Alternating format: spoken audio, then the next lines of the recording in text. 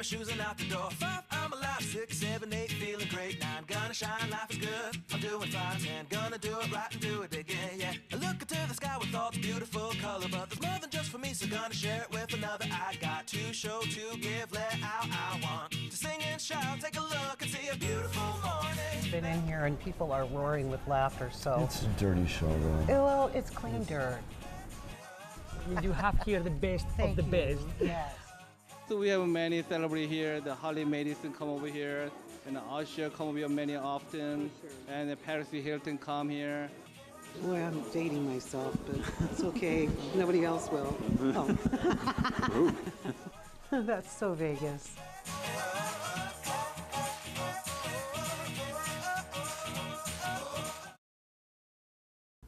Welcome to That's So Vegas. I'm your host, Christina McKellar, with my special guest again, Mr. John Barbour, writer, producer, director. This is a special second edition to our previous episode. We had so much ground to cover.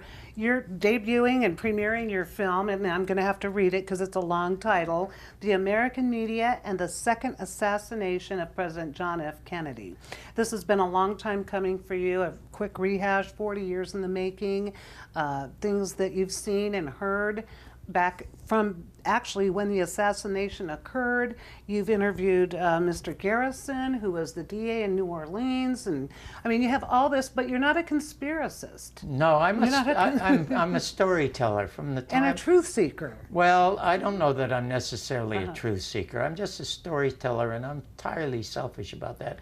Because when I was a young kid, semi-orphan, my father had run off to the peace and quiet of World War II to get away from the house. And I almost never saw my mother, and whenever she came home, she was drunk and in the arms of a new uncle who ended up using her as a punching bag. And I can't tell you the number of times I had to jump out the window and go to the police and come back and try to stop that. So you went into yourself with the imagination. Yes, and then I would hang around the radio and listen to the great storytellers. Lorne Greene was on the CBC, read these great stories. He ended up being Ben Cartwright in Bonanza. I remember. Okay, I was little then. Orson Welles, Gordon Sinclair, who was Canada's storyteller. But then I used to haunt the libraries and read O. Henry and Guy de Maupassant. I'm just a kid. I was reading to the class when I was 6 or 7 because I was just a storyteller. And as a matter of fact, you have a couple stories that you were going to tell us about how this movie and your whole... Yeah, and I just want to sort of add this because part 2 of the Garrison tapes has been blessed. And I said in part 1 of our conversation, I don't like to use that word because I'm not religious. And the reason I'm not religious because I was very religious at one time. When I was about 7 or 8 years of age, I had a friend that I played with. His name was Don Lee, and his mother and father lived across from a church. And the reason they lived across from a church because they were very devout Christians, went to church all the time. Well, I wanted them to adopt me because I had nobody, okay? Right. And so I went to their house all the time. She bought me a Bible. And I memorized the Bible. Wow. Now, Garrison later would memorize 26 volumes of the Warren Report. He had 3 sets. He had one in the office, one in the car, and one at home. Anyway, every day I would go home, Christine, and I would pray that I would get home and open the door and my father would be there. And after about 8 or 9 months of praying, the door never opened. So I figured, why am I knocking on the door that is not going to open? So one day I'm in church, and everybody's praying, and I'm thinking, I can't do this anymore because it's not working. And I just walked out of the church and I sat down on the steps. Well, the minister saw me walk out, and the choir was still singing. He walked out, stood next to me, put his arm on my shoulder, and he knew I was sad. And he said, "What's wrong, John?" And I said, "None of my prayers are being answered." And he said, "Well, do you know about God's will?" And I said, "I don't think I'm mentioned in it." Oh. Well, he started to laugh.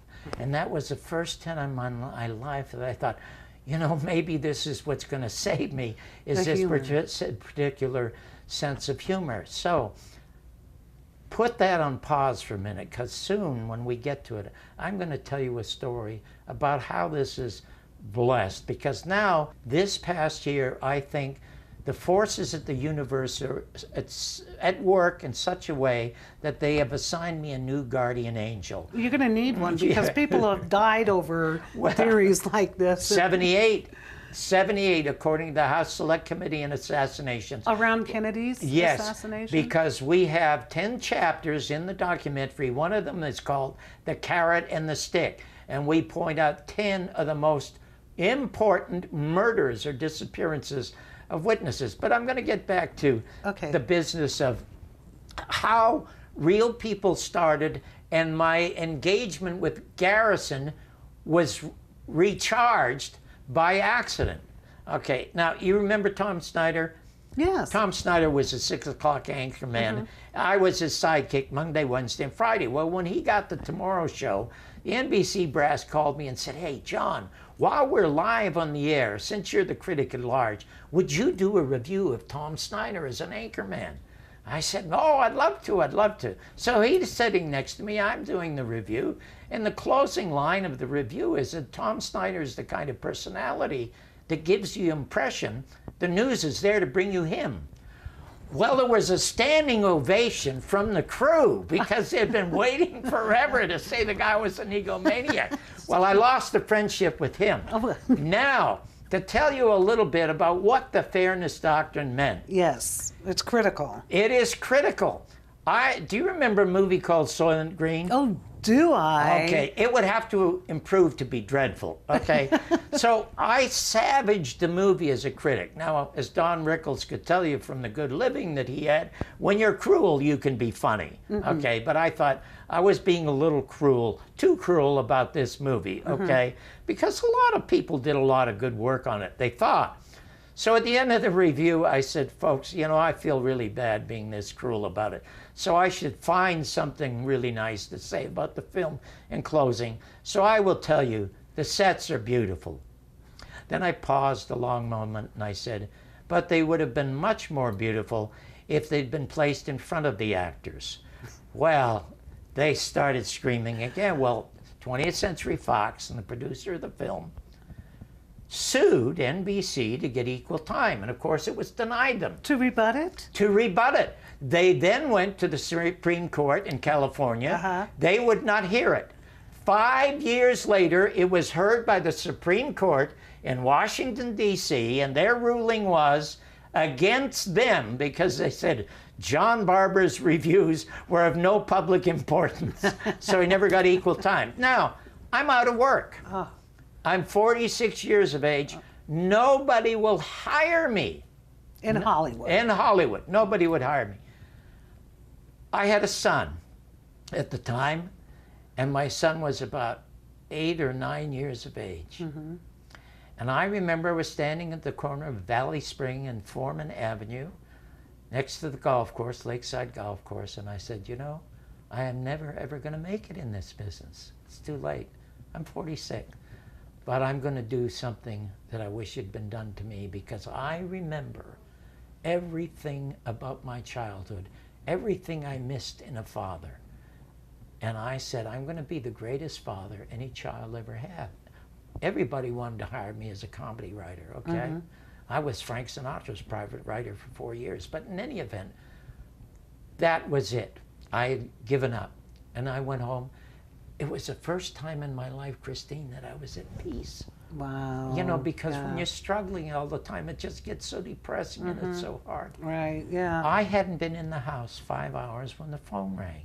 And it was a fellow named Digby Wolfe. Digby Wolfe was a brilliant, drunken comedy writer who was the actual creator of Laugh-In. No, really? Now, George Slaughter gets credit for it, but if you read between the lines somewhere in Wikipedia, it says Digby Wolfe and George Slaughter, but it was really Digby Wolfe, okay? Oh, wow. So what happened, he called me. He had a contract with Westinghouse.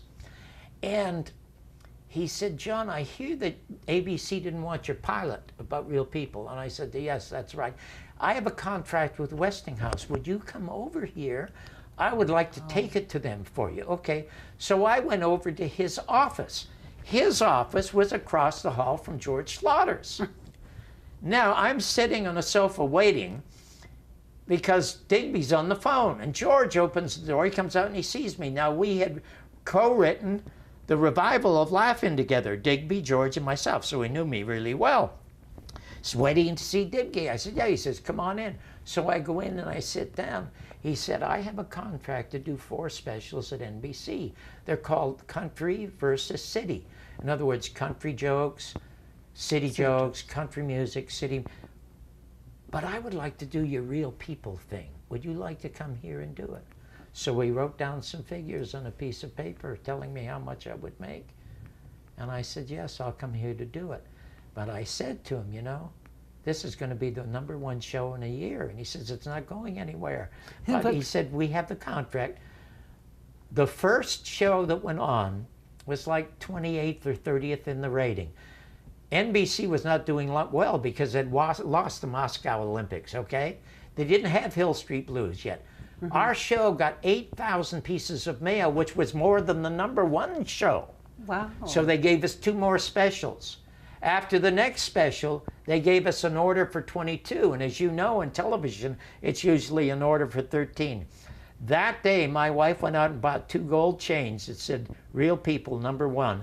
And a year later, delivered those gold chains to George Slaughter and to myself. Unbelievable. Okay, now what happens when somebody has a successful show? Now, George owned it, but I created it. Right. I was the writer. That's why it became #1. I knew what I was doing. Exactly. I was a storyteller. I had heard all these stories as a kid. I love to tell stories. I'm not a conspiracy theorist. I'm not searching for the truth. I'm being very selfish about doing what I love. Anyway, NBC gives him a show called Speak Up America. And I don't know if you remember this great movie called Network, written by Patty Chayefsky. It's like a documentary today, but it was brilliant. They wanted a television show sort of similar to Ned Beatty saying, you know, I'm mad as hell, I'm not going to take it anymore. People on the Street show. So that's what we did. And it was a bomb because Slaughter never had the ability to do something by himself. Real People was me, and Laugh-In was Digby Wolf, but he got credit for it. That's the genius of it. Anyway, so what happens, he comes to me and asks me to help him. I said, no, I can't. I'm just too busy doing this. But then I read on page 13 of the Los Angeles Times that the House Select Committee concluded 4 shots had been fired in Dealey Plaza. Therefore, a conspiracy had to exist between the murders of Martin Luther King and John Kennedy. So I called Garrison. I said, Mr. Garrison, I never called him Jim. Mr. Garrison, do you feel vindicated? He said, John, I feel like a blind man has gotten a small trophy in a very dark room. Only I know I got it. And he said, you know what, he said to me, John, the media is still reporting on the fake Warren report, and this governmental body has already overruled that, but you can't read about it. I said, well, they're going to hear about it because I'm going to come there and tell your story. So I went in to see Slaughter and I said, listen, I will do this story for nothing, but I own all the material. I own all of the Garrison tapes. When this is over with, I own it because I'm going to tell his story in a real documentary. So that's the deal. There was so much interesting information. It's sort of like your show. Part 1 with John, part 2 with John. Because we have to get to the gist of it. The first part, which is 8 minutes, opens up with Mr. Garrison with this great baritone voice saying that Lee Harvey Oswald had nothing to do with the assassination. Is that why he was murdered? We will get to that. Okay, because... But in any event... Even though I was a child, I thought that was suspicious. Listen, Mae Brussel, who was the very best on the air, she did on the air what Mark Lane did with Rusted Judgment. She was the granddaughter of the owner and founder of I-Magnin, who believed the Warren report until she saw Jack Ruby shot. All of this is in the movie. We have Mae Brussel in the movie. But in any event, he comes on the air and he says Lee Harvey Oswald had nothing to do with the assassination. As a matter of fact, he didn't even fire a bullet because the paraffin test proved he'd never fired a rifle. Okay, the audience is like this. They're leaning forward. They're spellbound. They'd never seen anything like this. When I was with him in the room, Mr. Garrison? Mr. Garrison said, Mr. Garrison, how many shooters were there? He said, well, John, it's triangulation. It's a military term. There were two 2 sets of gunmen in the grassy knoll, and there was one probably in the Daltex building, not in the book depository at all. He said, but they probably had 3 people on each team. You had to have a radio guy, because this is the biggest murder of all. What you see in the documentary is that the CIA murdered democratically elected presidents of 3 countries. Mossadegh in Iran, when he nationalized British petroleum, Eisenhower sent Dulles over there to murder him. Okay, they did the same in Colombia with Arbenz when he was trying to institute land reform. Chiquita recently paid a multi-million-dollar award to that country because they sent money to have Arbenz removed, and it's all in the documentary. Wow. It's a thing called, CIA called it the family jewels.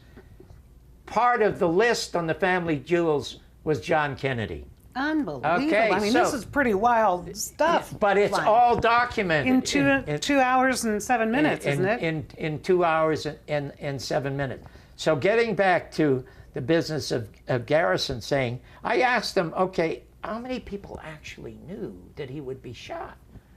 So he said, well, you have the 9 shooters, and the people at the intelligence, and he said about 30. Now, we go on the air. The host who was assigned by us to do the interview with Garrison, because I'm not on the air on this show, Speak Up America. It's a fellow named Marjo Gortner, who had once been a famous child evangelist. So he was perfect to be this Ned Beatty character, Right. or Peter Finch character in television. And he says to Mr. Garrison, how many shooters were there in Dealey Plaza?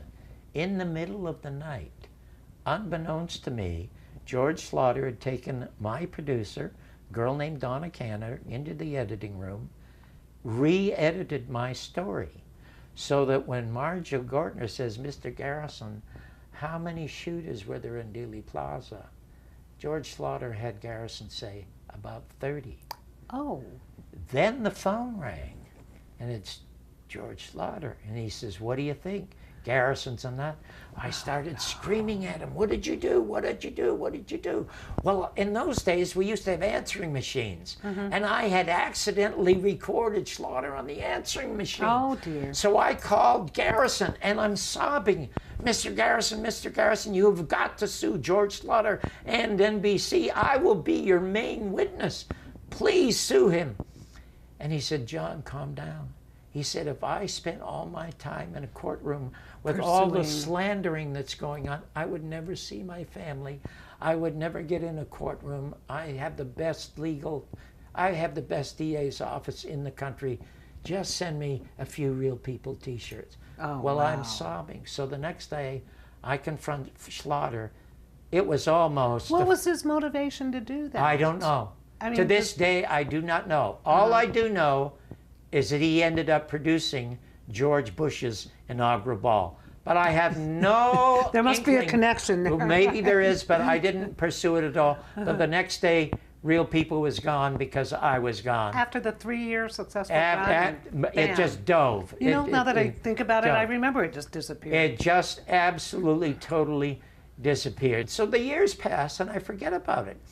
And then Oliver Stone makes JFK, and it's announced that he's going to make JFK. I met him at a book signing in La Jolla. And what was the book he signed for you? JFK. Okay, there you go. Now, Oliver, when this happened, I called Oliver, but as soon as Oliver announced he was making it, you may recall the Washington Post, which was infiltrated by the CIA and Project Mockingbird, one of their lackeys attacks Oliver Stone's movie because somebody had gotten him the script before Oliver even cranked a frame of film. They were attacking him, and these exchanges were going back and forth. So I called Oliver, say, hey, rather than Costner, why not the real Jim Garrison? You executive produce this documentary with the real Jim Garrison. Well, he was so up to his neck in controversy, he couldn't respond, so I had to make it on my own. And that's when you did the last assassination. Yeah, I did it. I did the Garrison tapes part 1. Now, in spite of the fact that it got standing room only at 2 theaters, got rave reviews by the uninvited LA Times, never was given distribution in the United States, never seen on television in the United States, a massive hit around the world. 200,000 people have gone to my site to see it. I have offered... Is it on Amazon? It is on Amazon now as part of a thing called The Last Word on the Assassination. Oh, okay. Which is another major story about Robert Kennedy Jr. was going to come to a UNLV and be interviewed by George Knapp. Right. And I was paying him $25,000 to do that, plus show him the Garrison tapes, and 2 days before he backed out Kennedy on us. backed out? Yeah, Bobby Oh, Kennedy dear. backed out. So But I'm you telling got you... 3 panelists, didn't you, in his Yes, in his place? I took the money and I hired 3 of the best panelists, Dick Russell, Jim Mars, and Joan Bellin, because UNLV was so gracious. They gave me all the facilities. They were heartbroken. They were heartbroken because 1,200 people were waiting to see Well, of Robert course, and Kennedy Jr. And I sent him a note. And I said, if you're... I said, because he told Charlie Rose that his father did not believe the Warren Report, but won't allow anybody to play the Charlie Rose quote, okay? And I wrote him a note, and I said, if your uncle is in heaven writing a sequel to Profiles in Courage, there is not one chapter with you in it. Was Robert F. Kennedy, or I mean Robert Kennedy's, Bobby Kennedy's assassination part of this? Was there a cover-up there? It's in the film, because if All they of can, that's in the film. if they can kill a sitting president, they Right. can kill an aspiring one. right. Everybody in favor of peace in America is eliminated. Everybody.